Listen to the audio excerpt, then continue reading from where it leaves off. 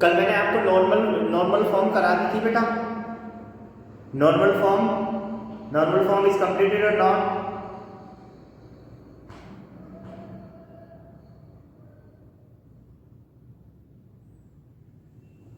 और intercept form is completed.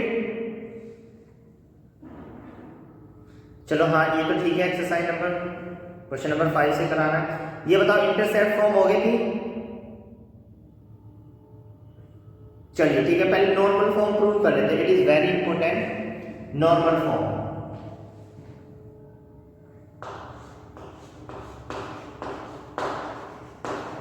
Normal, और इसको परपेंडिकुलर भी बोलते हैं। नॉर्मल को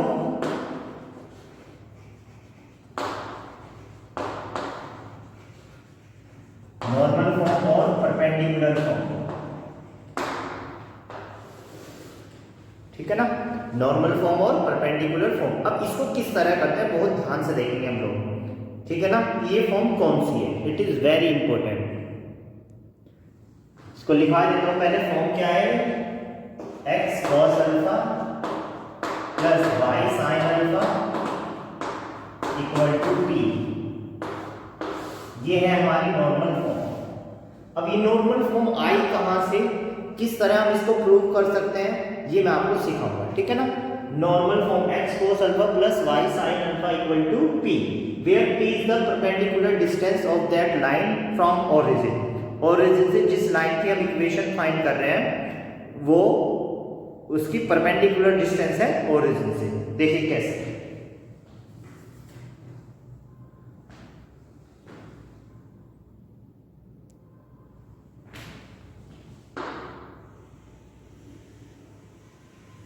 This is y axis, this is x axis, okay?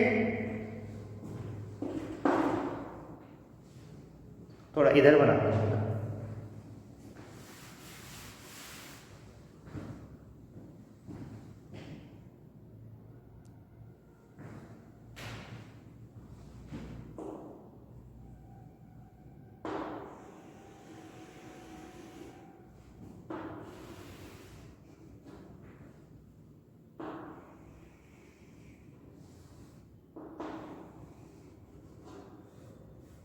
ये x एक्सिस हो गया, this is x dash, this is y dash और this is y axis, okay?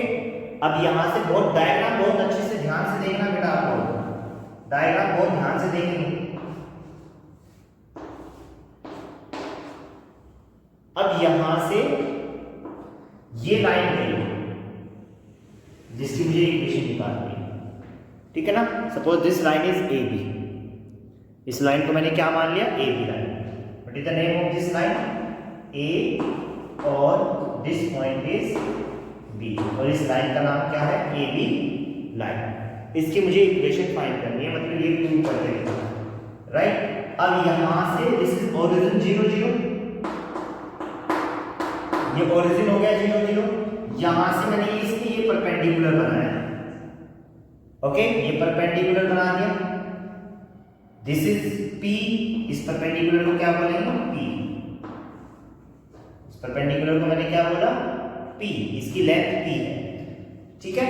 अब सबसे पहले हमें ये पॉइंट मैं मान लेता हूं क्या? इस पॉइंट को मैं मान लेता हूं C, ठीक है ना? तो सबसे पहले हमें एक लाइन की इक्वेशन निकालने के लिए किन चीजों की जरूरत होती है? लाइन की इक्वेशन निकालने के लिए हमें पासिंग पॉइंट और उसके स्लोप की जरूरत होती है, ओके? पासिंग पॉइंट का और स्लोप की। स्लोप तो सपोज दैट ये, इसको मैं अल्फा मान लेता हूं यहां से। इस परपेंडिकुलर का जो इसमें परपेंडिकुलर है x एक्सिस से कितने डिग्री का एंगल बनाया इसने? अल्फा बना दिया, ओके? अल्फा। तो सबसे पहले हमारी जरूरत है how we can find the point of C। इस पॉइंट C को कैसे निकालें, क्योंकि ये जो पॉइंट C है, ये पॉइंट C इस लाइन को पास करके जा रहा है। तो पहले मेरा काम क्या है? इस पॉइंट C को फाइंड करना। How we can find the point C, ये सबसे इंपॉर्टेंट है। सबसे पहले मैं क्या करूंगा, यहां से परपेंडिकुलर, देखो भाई आप भी समझो कि अगर ये सपोज पॉइंट 2 3 है, तो 2 3 का मतलब क्या हुआ? ये तो x एक्सिस पे 1 2 है और y एक्स पे 1 2 3 है, तभी तो ये पॉइंट 2 3 है। ये डिस्टेंस तो इसकी 2 है x एक्सिस वाली और y एक्सिस वाली डिस्टेंस कितनी है 3, तभी तो ये पॉइंट 2 3 है। यस या नो? यस या नो बोलो।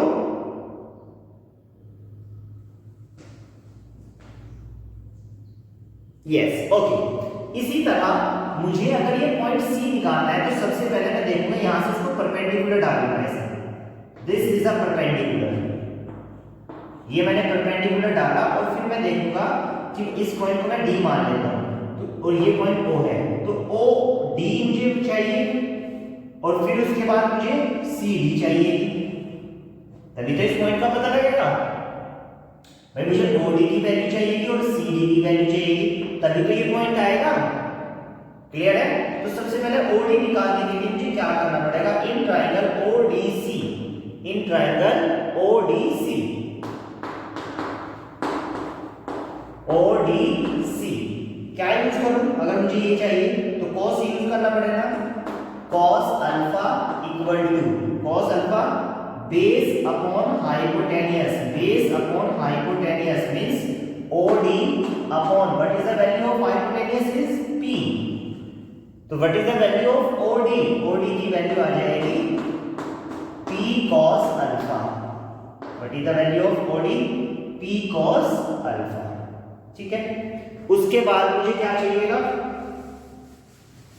क्या चाहिएगा बताओ?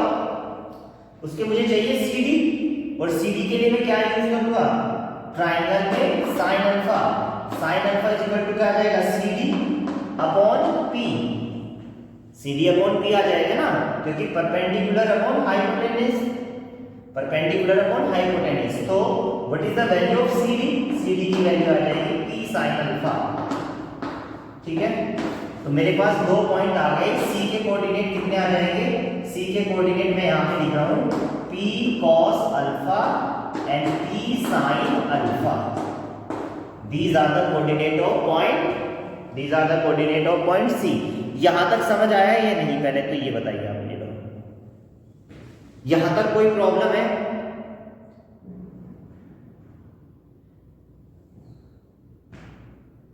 पक्का है ना, यहां तक कोई दिक्कत नहीं है आपको, क्योंकि क्वेश्चन यहीं तक ही ज्यादा समझना था आपको। अब मेरे पास पॉइंट C के कोऑर्डिनेट कितने आ गए बेटा, P cos alpha and P sin alpha, P cos alpha and P sin alpha.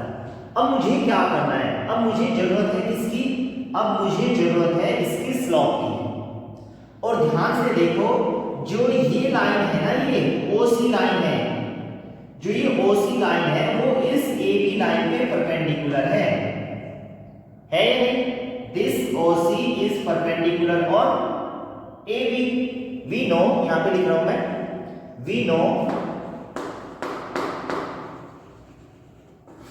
OC is perpendicular, OC is perpendicular on AB। अगर OC AB पर परपेंडिकुलर है तो इसका मतलब दोनों की स्लोप का जो प्रोडक्ट है वो -1।